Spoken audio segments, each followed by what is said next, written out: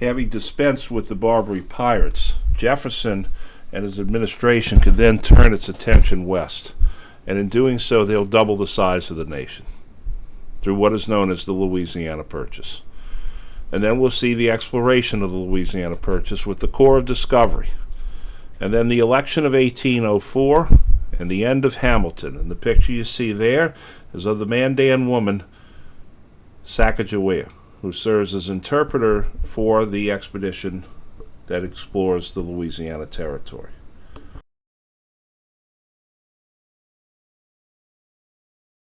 Despite the Treaty of San Lorenzo, Americans and Spanish were having a very rocky relationship down in Spanish West Florida and in New Orleans.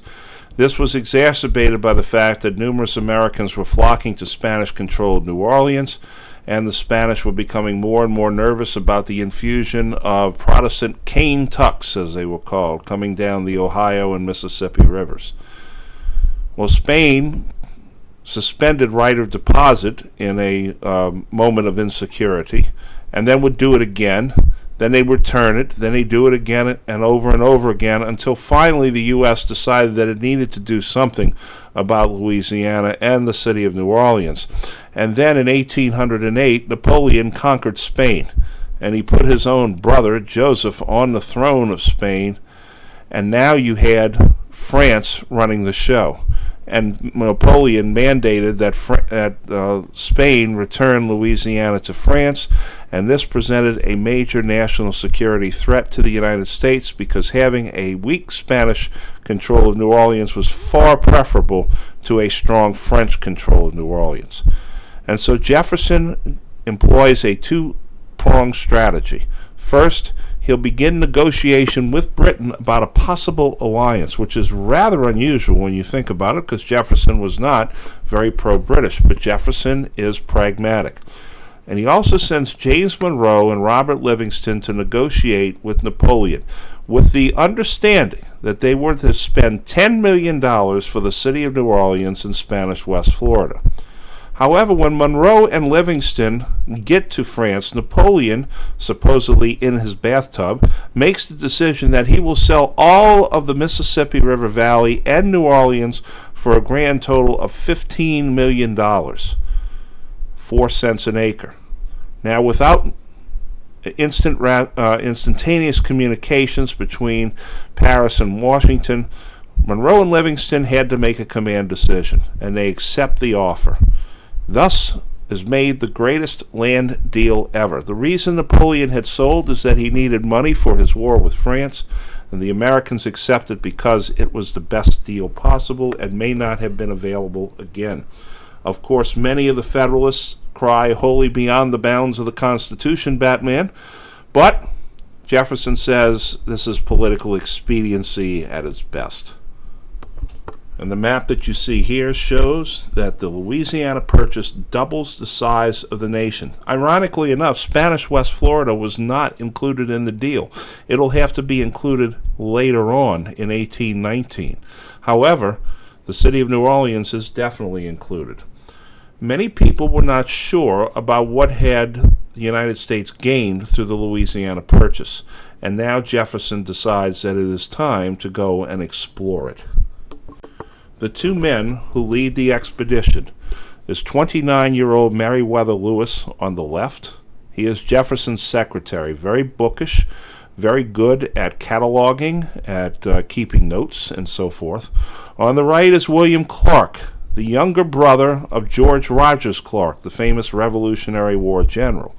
William Clark was a pioneer, a pathfinder, an Army officer from the time that he was 12 and serving with his brother's unit.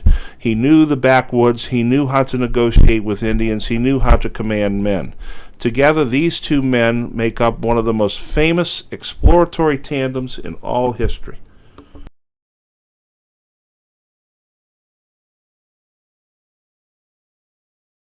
You and see here along the way, the Corps of Discovery separate and take different tacks to the They would go and chart the new territory. And then finally, they make it to the Oregon Pacific. Lewis was they were traveling upriver most of the way on the Missouri Army. So coming back is much easier. But they were named co-commanders.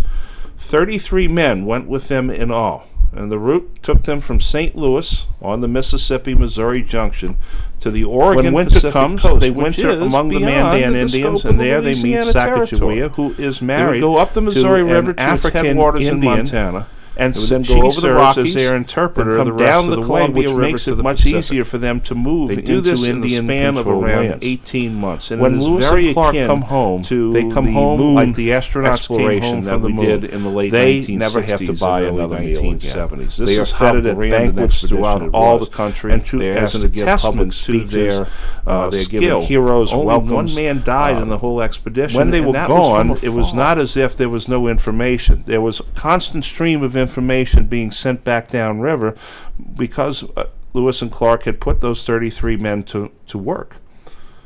The legacy of Lewis and Clark cannot be understated. Professor Stephen Ambrose of the University of New Orleans wrote the definitive history on Lewis and Clark. And what he says, and what many have said, is that the U.S. gained extensive knowledge of the geography of the American West. They observed and described 178 new plants, 122 new species and subspecies of animals, some as big as the buffalo, some as small as the prairie dog, and insects and birds.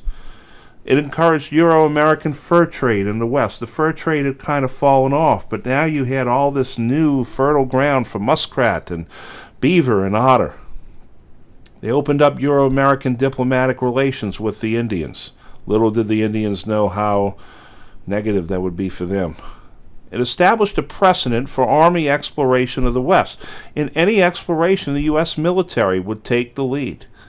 It strengthened the U.S. claim to the Oregon Territory, which was not part of the purchase and had been claimed by Britain and Russia as well as the United States. It focused U.S. and media attention on the West, and it produced a large body of literature about the West, the Lewis and Clark Diaries.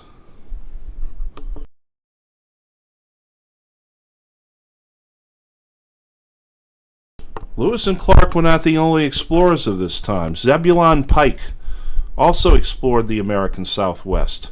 He had gone to the headwaters of the Mississippi River in Minnesota, and now he was sent to reach the sources of the Red River and the Arkansas River in the Rockies. Well, along the way, he trespasses into Spanish territory, was taken prisoner, was forced to turn over his notes, which were all destroyed, but he had an eidetic memory, and so he was able to keep a very good account in his head, which he rewrote. In doing so, he helped open up the Santa Fe Trail, which established trade with Mexico once Mexico got its independence from the United States. The result of the expeditions are, again, cannot be understated. It's an undisputed success for Jefferson. This is a sterling feather in his cap. And only a weak Spain remained between America and the Pacific, and the Americans start looking toward the Pacific almost immediately. And, of course, it meant settlement. The balance of payments still favored America because we are settling more people on land, and even the Federalists benefit from it. Although they will not admit it, they definitely benefit from it. One other thing that happens is that the West begins to take on almost a folklorish part of the American consciousness, that because of the Lewis and Clark Diaries, because of the tales that Zebulon Pike brought back, the American masculine sector began to say, this is a place where we can go and become tough and become men. There's a sense of masculinity about this whole thing, and the West becomes the chief place by which one can become masculine. So much so that even a young man from New York by the name of Theodore Roosevelt, almost a century later, will do just that, use the West to become more of a man. The photograph you see there is of Pikes Peak, one of the 14,000-foot-high mountains in the Rockies. It's actually the furthest most east of all the Rocky Mountain 14,000-foot peaks, and it is also a peak that you can drive to the top of. Well, Jefferson is pretty much assured of success in 1804 when he runs for re-election. The Federalists choose as their sacrificial lambs Charles Pinckney and Rufus King of New York. The Republicans take Jefferson and George Clinton, the former governor of New York, and Jefferson wins 162 to 14 in the Electoral College. The only thing that the Federalists were able to do was to essentially threaten through Timothy Pickering a promotion of New England interests called the Essex Junto, because it took place in Essex, Massachusetts. They wanted to eliminate the Three-Fifths Compromise, put stricter standards for the admission of new states, and talked of a possible split from the nation and forming a new confederation. This, of course, did not bode very well for the rest of the nation, and public outrage quelled that pretty much, and again put another nail in the Federalist coffin.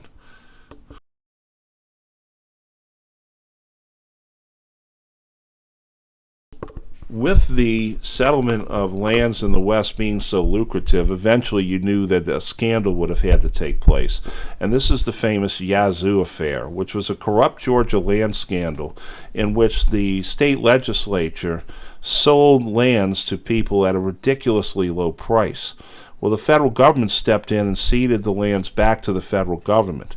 Well, the owners of the lands, or the people that bought the land, sued in the Supreme Court, and this became the famous case of Fletcher v. Peck, in which basically John Marshall established a law that a contract is a contract.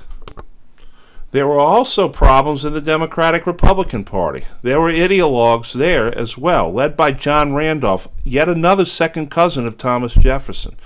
They called themselves the Tertium Quids. They're the third party. Tertium Quid.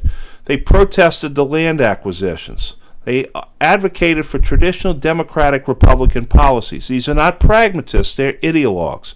And they wanted a very strict interpretation of the Constitution. So you see here, even back then, there are people that are married to the principle rather than to what is good or what benefits the nation.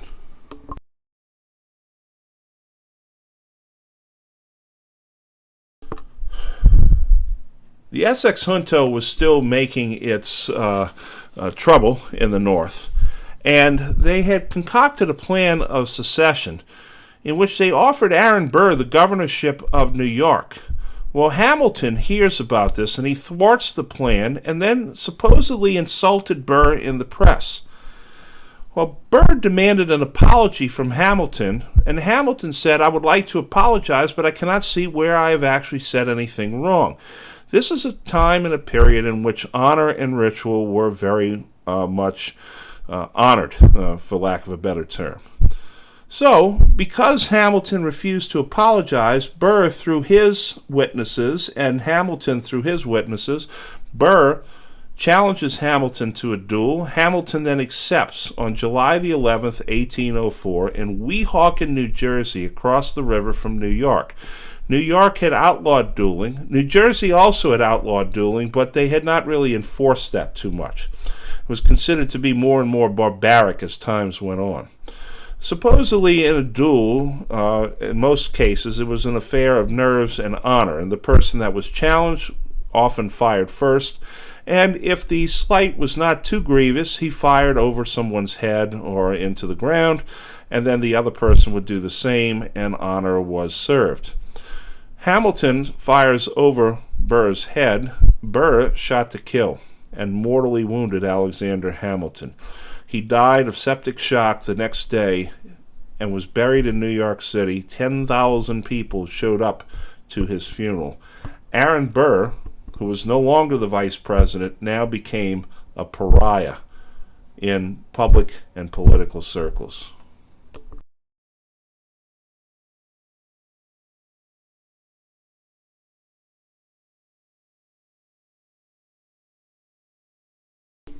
Aaron Burr had left the vice presidency totally at odds with his president and party.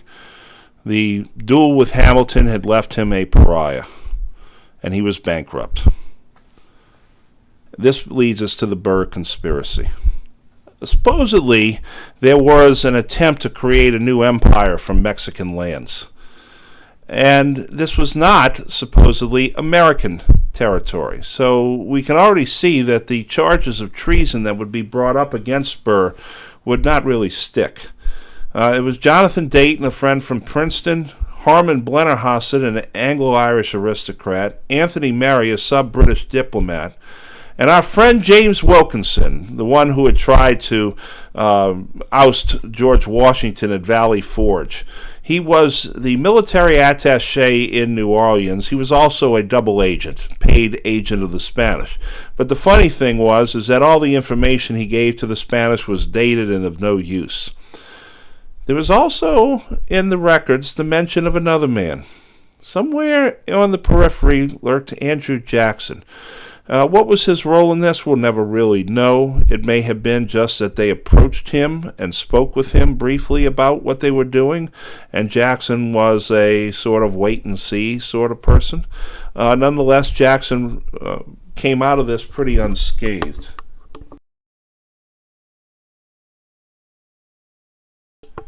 The scheme unraveled when Wilkinson, feeling that the hounds were about to get to him, betrayed Burr in a panic to the Americans and the Spanish.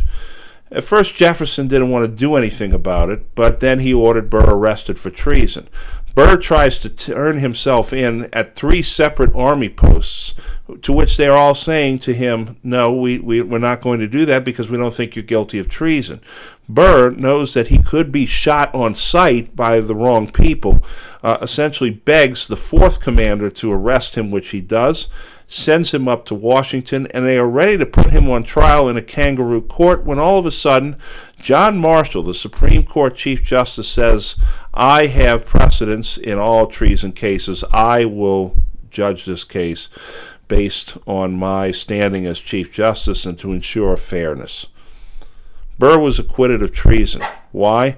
Because James Wilkinson forged evidence. He said that he had notes from Burr saying that he was guilty, but when it was shown that it was in Wilkinson's handwriting, Wilkinson said, well, I didn't have Burr's notes, I had to recopy them.